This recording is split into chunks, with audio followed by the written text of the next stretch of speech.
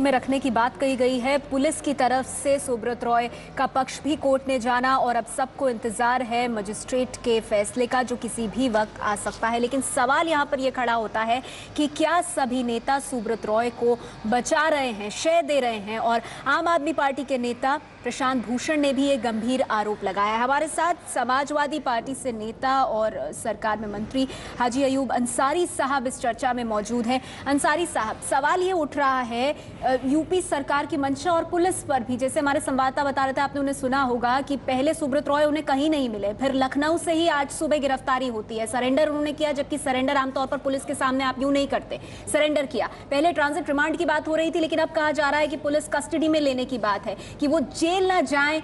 क्या इससे बचने के लिए कवायद की जा रही है? तो हो क्या रहा है? कानून बड़ी चीज है, सुब्रत रॉय हो या कोई और इससे भी बड़ा आदमी हो, ये कोई मतलब नहीं है कि किसको कौन बचा रहा है। कोई बचाने का मसला ही नहीं आता है। उन्होंने अगर धोखाधड़ी की है, जांच में पता चल जाएगा।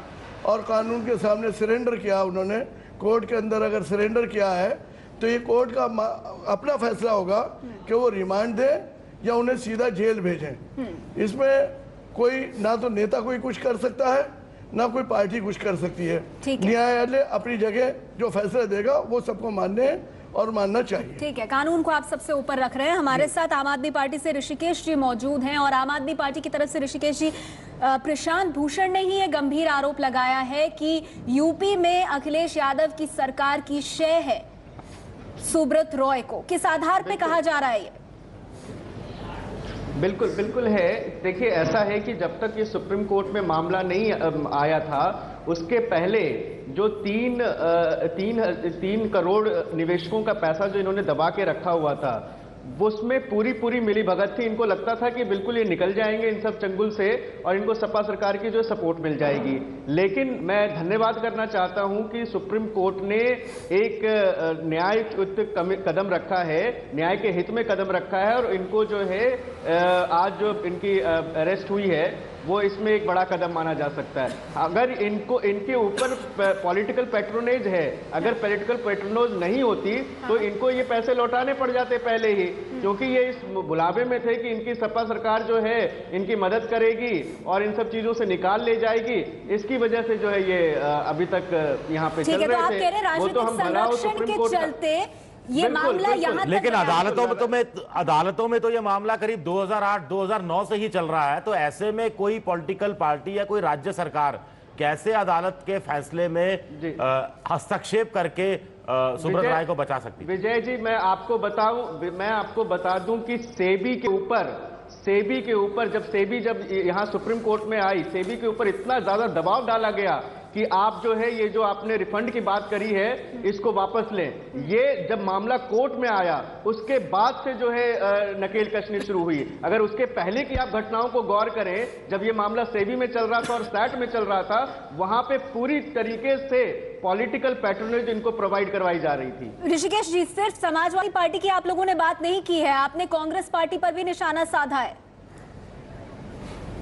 जी देखो, ये तो मिली भगत है। देखिए, वो चाहे रिलायंस का मामला हो चाहे सहारा का मामला हो, एक नेक्सस है जिसको कि हम एक्सपोज करने की कोशिश कर रहे हैं कि पॉलिटिकल पार्टीज और इंडस्ट्रियलिस्ट के बीच में एक नेक्सस बनता है जिससे कि एक दूसरे को कुट प्रकोय होता है। ठीक है, राजनेताओं और औद्योगिक घरानों के बीच में बिल्कुल खामियाजा निवेशकों को भुगतना पड़ता है, आम जनता को भुगतना पड़ता है। आज 25,000 करोड़ रुपया जो बकाया है वो किसको भुगतना पड़ रहा है, किसको फेस करना पड़ रहा है? जनता को फेस करना पड़ रहा है। ठीक है, हमारे साथ सहारा ग्रुप के वकील विकास सिंह है। ऋषिकेश जी, तो ये जो आरोप आप लगा रहे हैं इन पर मैं जवाब उनसे लेना चाहूंगी। विकास जी, यहाँ पर आम आदमी पार्टी की तरफ से ये कहा जा रहा है कि अगर पॉलिटिकल पैट्रोनेज यानी राजनीतिक संरक्षण नहीं होता सुब्रत रॉय सहारा को, तो ये मामला इतना लंबा खिंचता नहीं, ये तो सेबी के स्तर पर ही खत्म हो जाता। लेकिन क्योंकि नेताओं का संरक्षण मिलता रहा, इसीलिए सुप्रीम कोर्ट को इंटरवीन करना पड़ा और सुब्रत रॉय सहारा गिरफ्तार हुए हैं।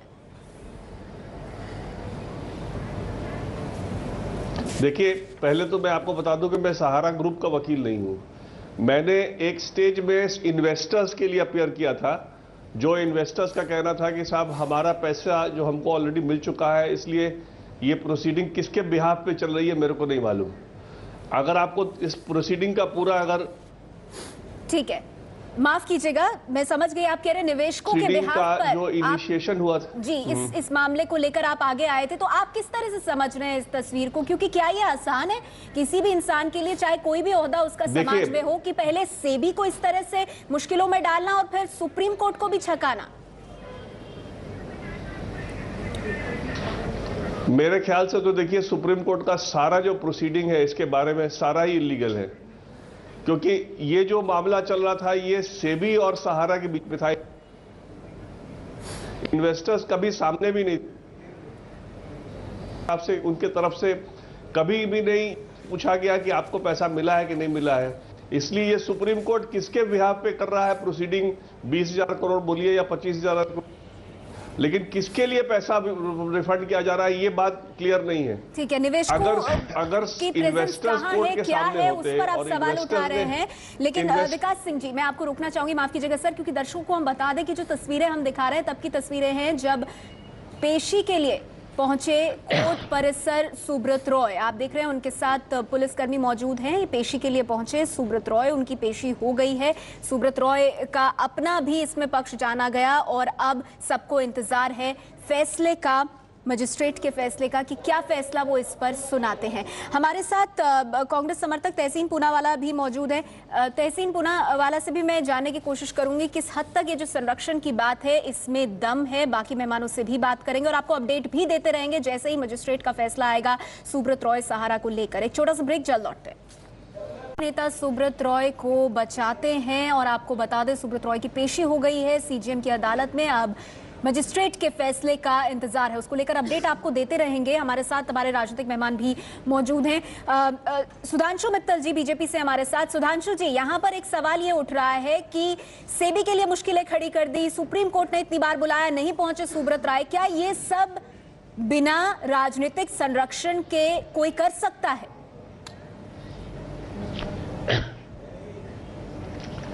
नेहा जी, इसमें नेताओं को कटघरे में खड़ा करना मुझे लगता है कहीं वाजिब नहीं है, क्योंकि राजनीतिक नेतृत्व का इसमें कोई भूमिका नहीं है। जितनी मुझे कानून की समझ है उसमें सेबी का एक मत है कि सहारा ग्रुप में जो इन्वेस्टमेंट्स हैं या जो हैं उसके विषय में उन पे संशय है। उन्होंने अपने ऑर्डर्स पास करे, वो मैटर सुप्रीम कोर्ट में सब जुडिस है और वहां पे चर्चा हो रही है। जहां तक सुब्रत रॉय जी के खिलाफ ये वारंट का सवाल है, ये इसलिए जारी करा गया क्योंकि 1 तारीख को कोर्ट ने ये ऑर्डर करा था कि 3 प्रमुख व्यक्ति सहारा ग्रुप के कोर्ट के सामने, सुप्रीम कोर्ट के सामने आएंगे। उसमें 2 जने पहुंचे, ये नहीं गए क्योंकि इनकी माताश्री की तबीयत खराब थी। ठीक है, वो सब जानते हैं, वो बात तो बार-बार सहारा ग्रुप की तरफ से सामने रखी गई है, न्यूज़पेपर्स में भी पब्लिश किया गया है। नहीं, सुधांशु जी, हम उसी चीज को अगर बार-बार बोलते रहेंगे तो उसमें कोई अर्थ नहीं है। मैं आपसे ये जानना चाहती हूँ कि आम आदमी पार्टी ने जो आरोप लगाया है कि समाजवादी पार्टी प्रदेश में और केंद्र में कांग्रेस कहीं ना कहीं बचा रही है सुब्रत रॉय को, कैसे देखते हैं आप इस आरोप को? मेरा सिर्फ एक चीज कहना है कि जो जना आरोप लगाए ना, वो प्रमाणों के साथ लगाए। इनकी तो एक आदत हो गई है कि किसी भी व्यक्ति के बारे में थूक दो, आरोप लगा दो और उसके बाद उसके क्या प्रमाण है क्या नहीं है वो कोई उससे मतलब नहीं है। जिसको कहते हैं शूट एंड स्कूट, ठीक है, या थूको और गरियाओ, ऐसा नहीं चलता है। ठीक है, चलिए, व्यवस्था के अंदर अगर आपको जिम्मेदार राजनीति में जिम्मेदारी से काम राजनेता इस मामले में कहीं भी तरह से और जिस ये हुआ ना आपकी बात का सार। मैं फिर आऊंगी सर आपके पास क्योंकि बाकी मेहमानों की प्रतिक्रिया जरूरी है। और जिस जो तहसीन पूनावाला है हमारे साथ, कांग्रेस समर्थक। एक चीज बस, एक चीज कह दूं, मैं फिर आती हूँ सर, ये चर्चा खत्म नहीं हो रही यहाँ पर, फिर आ जाएंगे। सुप्रीम कोर्ट, हाँ ठीक है तहसीन, यहाँ पे सवाल यहाँ पर ये उठ रहा है कि कहा यह जा रहा है, जो बात प्रशांत भूषण ने कही कि सुब्रत रॉय जिस तरह से परेशानियां खड़े करते रहे, सुप्रीम कोर्ट ने इतनी बार बुलाया नहीं आए, तो क्या उनको यह था कि कहीं राजनेता या राजनीतिक पार्टियां बैठी हैं जो इसमें यह भी कहा जा रहा है कि वित्त मंत्री चिदम्बरम से भी एक वक्त में मुलायम सिंह यादव जाकर मिले थे, वो चाहते थे कि सुब्रत रॉय को थोड़ी रिलीफ मिले।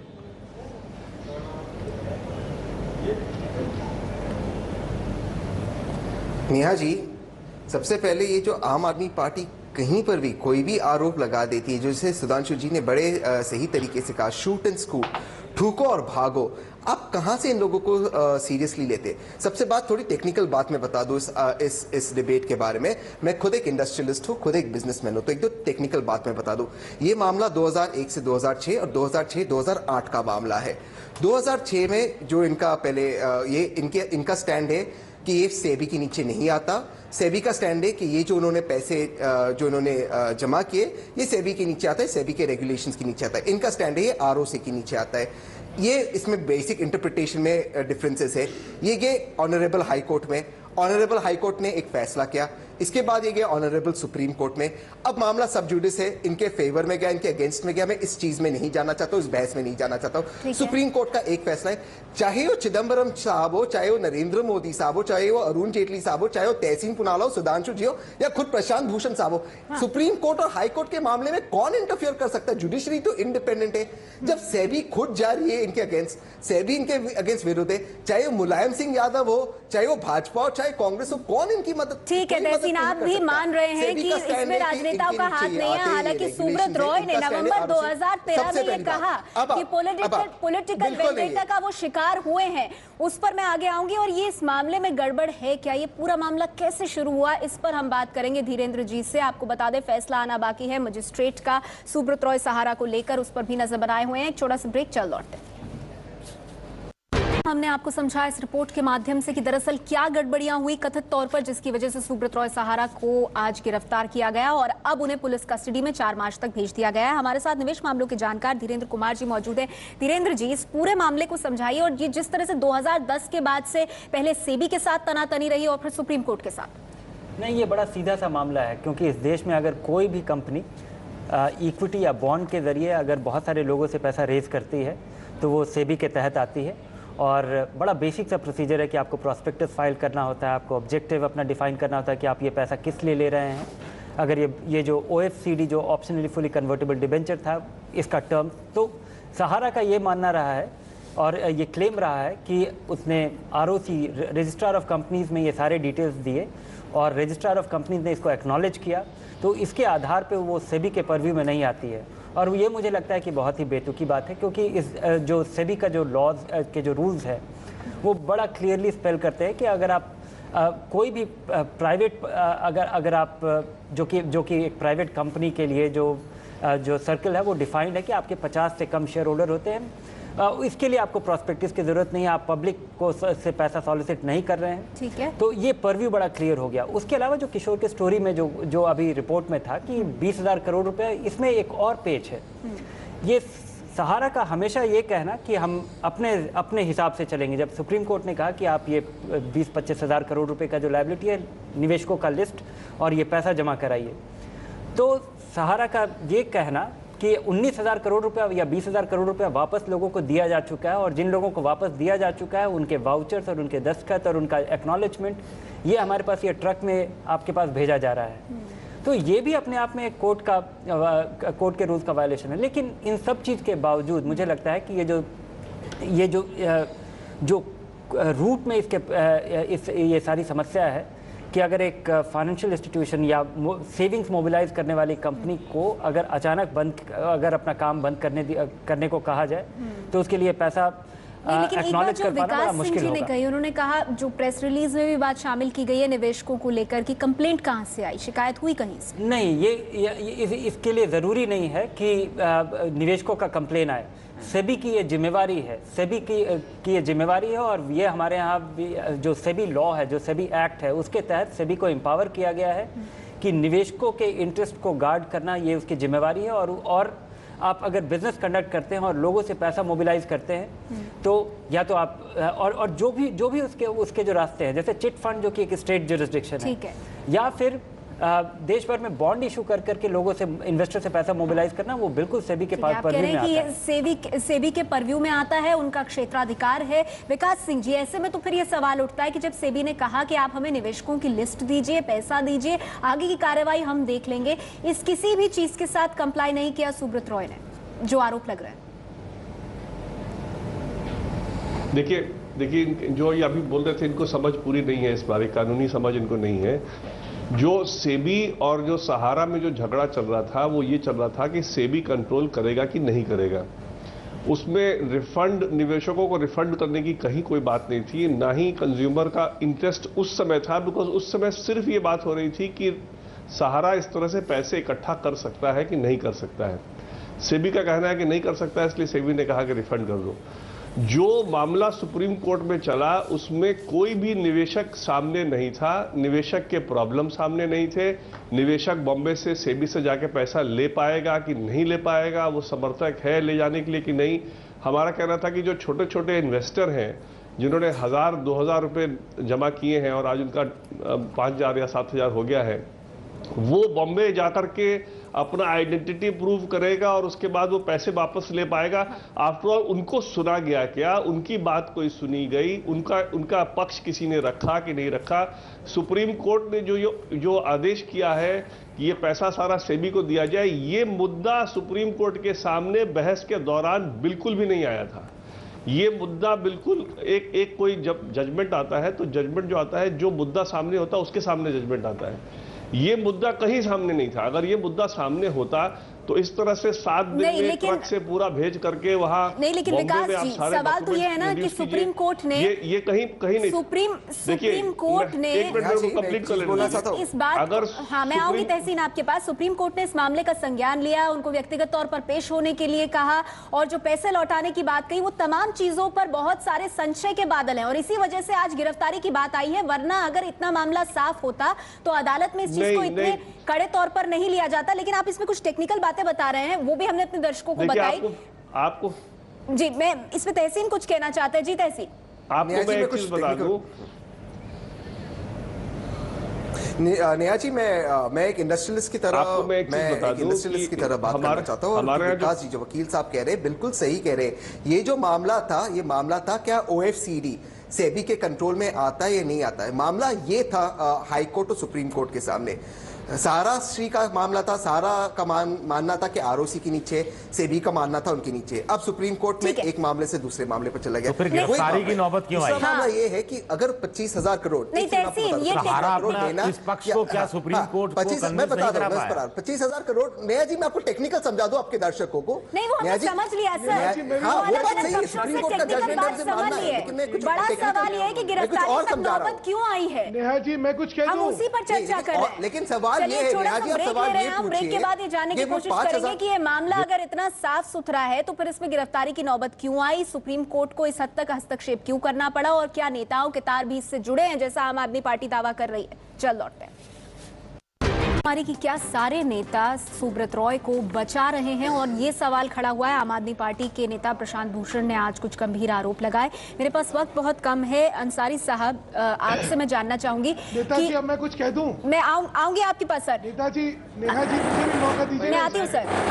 अंसारी जी, आपसे अंसारी जी, यहाँ पे सवाल सबसे बड़ा ये उठ रहा है यहाँ पर अंसारी जी कि आप लोगों के भी जो ताल्लुकात हैं अखिलेश यादव के सुब्रत रॉय से, वो भी लोग जानते हैं किस तरह से स्वेरिंग इन सेरेमनी के बाद वो सहारा शहर गए थे बाकायदा। तो क्या ये सब चीजें आरोपों को बल देती हैं? किसी मुख्यमंत्री का कोई दोस्त नहीं होता है। ठीक है। मुख्यमंत्री होता है, व्यापारी होता है। ठीक है। वो अपना व्यापार कर रहे हैं प्रदेश के अंदर। हाँ। वो क्या धोखाधड़ी कर रहे हैं, क्या नहीं कर रहे हैं, इसका मुख्यमंत्री से कोई सरोकार नहीं। रही आम आदमी पार्टी की बात, कि सबसे ज्यादा गैर जिम्मेदारों का जमावड़ा, जो गैर जिम्मेदार लोग हैं, चाहे उसमें प्रशांत भूषण हो, चाहे केजरीवाल हो या आम आदमी के। चलिए माफ कीजिए, मुझे इस चर्चा को यहीं रोकना पड़ेगा। एक छोटा सा ब्रेक ले रहे हैं हम। एबीपी न्यूज पर खबरें जारी हैं।